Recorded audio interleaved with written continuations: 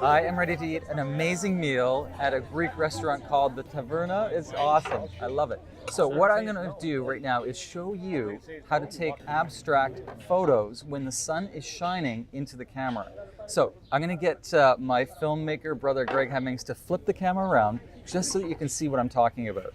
Okay, so you see how the sun is shining on this street? We're going to make use of this in a really unique way by taking the shadows of these people and flipping them upside down.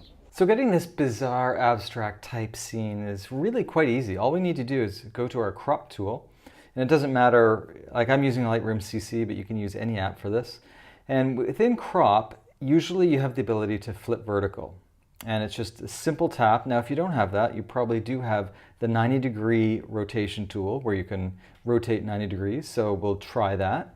We definitely need to do some cropping. And what we do is we crop between the real feet and the shadow feet, or the feet of the shadow. And at this point, it's totally subjective. You can crop any way you like.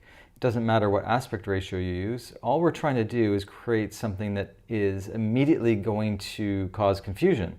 Causing confusion in your viewer is a good thing. Okay, so let's check mark that so we accept it, and we're going to make it a black and white. So a really quick and easy way to create a black and white is to simply go to color and tap on the black and white button. It couldn't be any easier. And there we go. Okay, so let's check out the image, and here we have it. A kind of a bizarre, strange image that, you know, after about 10 seconds you'd probably figure it out. But that's what we want to do. We want to really make sure that we confuse the viewer so that they linger on our images longer. Just get that extra mileage out of our shots. Okay, hope you found value in that tip, and I just encourage you to go to markhemmings.com because I give out free photography lessons a couple times a month. I usually give people some instruction or some question and answer time or something like that. It's usually quite valuable. So check it out, and thank you. See you in the next video.